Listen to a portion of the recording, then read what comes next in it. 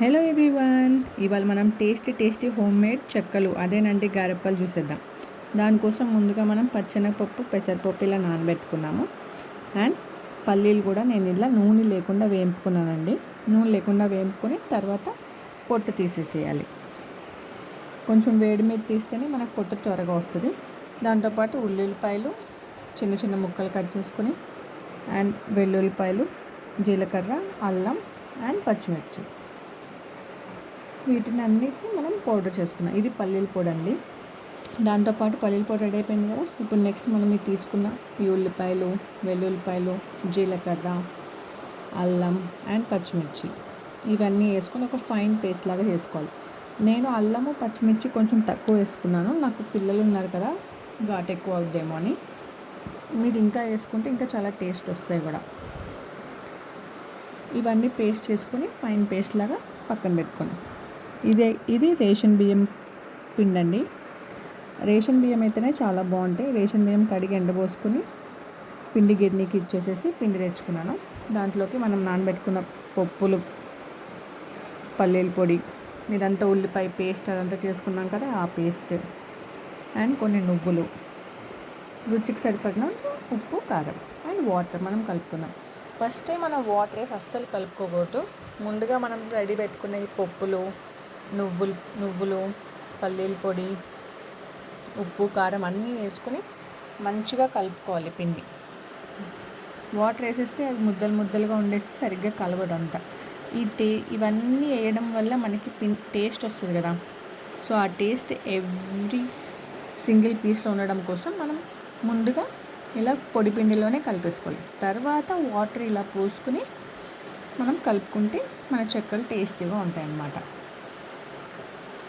మొత్తం పిండి ఒకసారి కలుపుకోకండి, చెక్కలు త్వరగా విరిగిపోతాయి కదా, అందుకోసం. సో నేను ఫస్ట్ హాఫ్ పిండి కలుపుకున్నాను, బికాస్ నేను ఇదంతా ఒక్కదాన్ని చేసుకుంటున్నాను, నాకు టైం పడుతుంది కాబట్టి ఇలా చేస్తున్నాను అనమాట.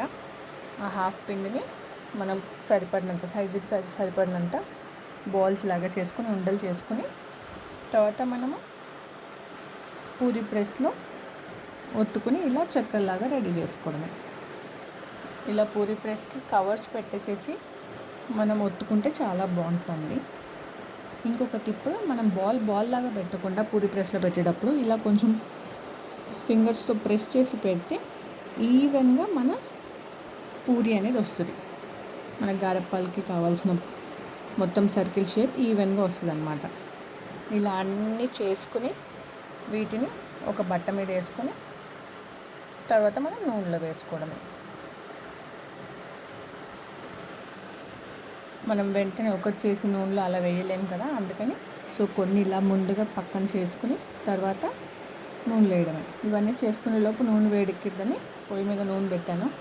నూనె వేడెక్కిందో లేదో చేయడానికి మనకి టెస్ట్ తెలుసు కదా, కొంచెం పిండి తీసేస్తాము నూనెలో, అది వేసేసుకుంటే మనకు తెలిసిపోద్ది. పైకి త్వరగా తేలితే నూనె కాగిపోయినట్టు.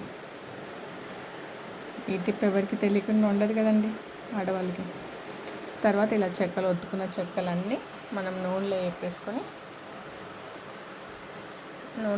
తీసేయడమే. అండ్ మనం ఇక్కడ జాగ్రత్త తీసుకోవాల్సింది ఏంటంటే అన్ని చుట్టుపక్కల అంతా బాగా కాలుతుందా లేదా అని.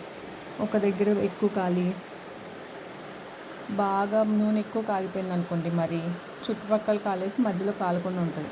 అలా కాకుండా జాగ్రత్తగా కాల్చుకుంటే బాగుంటుంది. అప్పుడు మనకి గారెలు చాలా టేస్ట్ వస్తాయి అన్నమాట.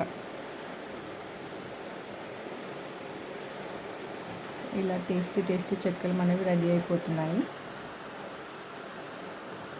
ఇవన్నీ తీసుకుని డైరెక్ట్గా మనము ఏదైతే నూనె క్యాన్ మనం స్టోర్ చేసుకుంటామో దాంట్లో వేసుకోకుండా ఒక జాలి గిన్నెలోకి ఇలా వేసుకుని తర్వాత మనం స్టోర్ చేసుకోవచ్చు.